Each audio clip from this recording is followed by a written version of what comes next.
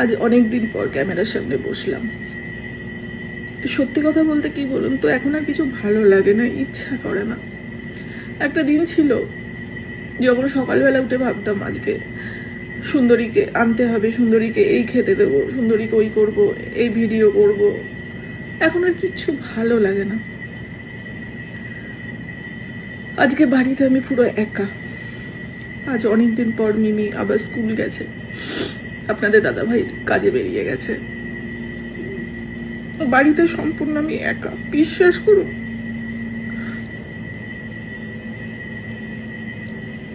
কিচ্ছু ভালো লাগছে না, মনে হচ্ছে যেন চারিদিক, মানে আমি আপনাদের এক্সপ্লেন করতে পারছি না, এত কষ্ট হচ্ছে। কারণ এইরকম ভাবে আমি কোনোদিন থাকতে হবে সেটা আমি কোনোদিন কল্পনা করতে পারিনি। অনেকবার ভেবেছি, বা আমরা বাড়িতেও আলোচনা করেছি যে বাড়ি বেচে দিয়ে আমরা অন্য কোথাও চলে যাব। কিন্তু আমার বাড়ির যেই বাচ্চাগুলো, এগুলো তো একজন বা দুজন না যে আমি সঙ্গে করে নিয়ে যাব। অনেক সুন্দরীরা আছে, তাদের ফেলে আমি কি করে যাব? মানে এমন একটা দোটানায় পড়ে গেছি না, যে কোথাও কিছু কুল কিনারা খুঁজে পাচ্ছি না।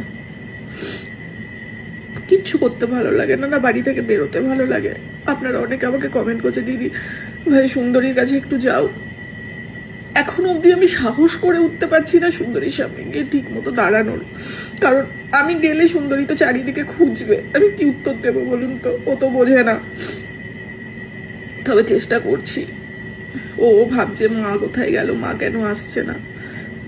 মিমি মাঝে মাঝে যায়, আপনাদের দাদাভাই রোজই যায়, সন্ধ্যেবেলা গিয়ে ওকে খাইয়ে আসে। ওরা সবাই ভালো আছে। সোমবার দিন কোর্টে গেছিলাম, ডেট ছিল। কোথাও না বেরোতে ইচ্ছা করে না এখন। মিল্কি, বেরোতে ইচ্ছা করে না, কারো সামনাসামনি যেতে ইচ্ছা করে না। বিভিন্ন মানুষ যখন চিনতে পারে, সামনে এসে বিভিন্ন প্রশ্ন করে, সেই প্রশ্নগুলোর উত্তরও আমার দিতে ইচ্ছা করে না, বিশ্বাস করুন। তার মধ্যে কিছু কিছু মানুষ আছে, দিদিভাই কি হয়েছিল একটু খুলে বলুন তো, বলুন তো। এগুলো আমি কি খুলে বলবো? কিছু মানুষের এতটাই মানে একটুও বোঝে না যে কি প্রশ্ন করতে হবে, কি কখন কি মুহূর্তে কি কথা বলতে হয়। বাড়ি থেকে বেরোনোই বন্ধ করে দিয়েছি। কোর্টে গেছিলাম সোমবার, বেল হয়নি। কিন্তু কি হবে বলুন তো এইসব করে? মাঝে মাঝে মনে করি কি হবে, আমার মেয়ে কি ফিরে আসবে? কিন্তু তারপরে আমাকে তো আপনাদের দাদাভাই বলে, কিন্তু যার জন্য আজকে ও চলে গেছে তাকে তো শাস্তি দিতে হবে। আমি জানি না সে কদিন শাস্তি পাবে।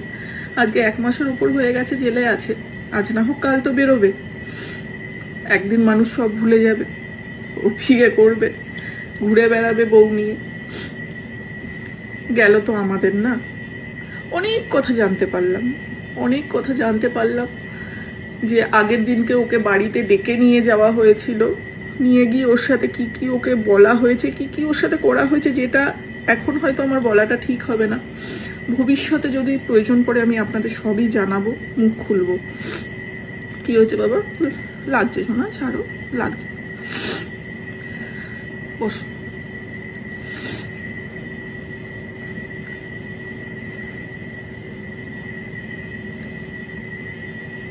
সত্যি কথা বলতে আমাদের ফ্যামিলির প্রতিটা মেম্বারের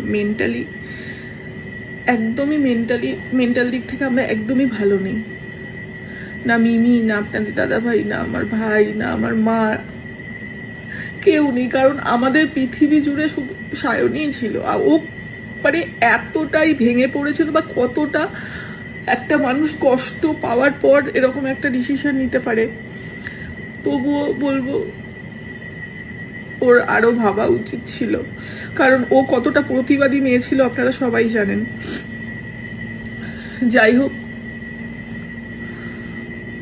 শুধুমাত্র মিমির মুখের দিকে তাকিয়ে, আমার বাচ্চাগুলোর মুখের দিকে তাকিয়ে আমি জানি আমাকে শক্ত হতে হবে, কিন্তু বিশ্বাস করুন আমি পারছি না, কিছুতেই পারছি না।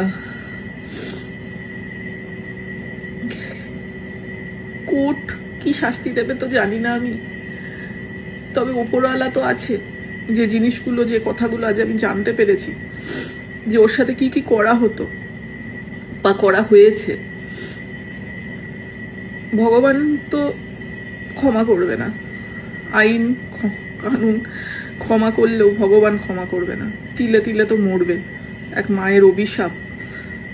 আমার মেয়েকে আমি কোনোদিন ফিরে পাবো না, তবে আমি জানি কোনোদিনও ও সুখী হবে না।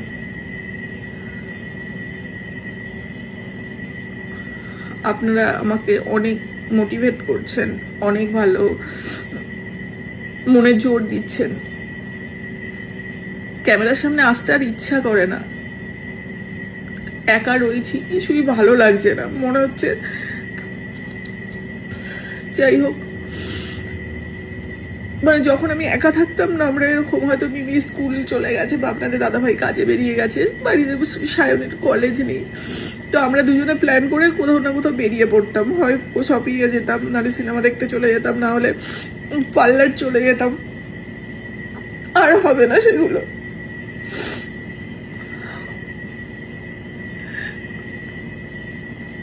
যাই হোক, খুব একা লাগছিল, খুব একা লাগছে। তাই মনে হলো একটু ক্যামেরার সামনে আপনাদের সঙ্গে দুটো কথা বললে মনটা হালকা হবে। অনেকেই প্রশ্ন করেছেন পরি কেমন আছে এখন। পরি এখন ভালো আছে, স্বাভাবিক খাওয়া দাওয়া করছে। হঠাৎ করে একটা নতুন সদস্য বাড়িতে এসছে, কোথা থেকে এসছে জানি না, আপনাদের সঙ্গে কখনো আলাপ করাবো।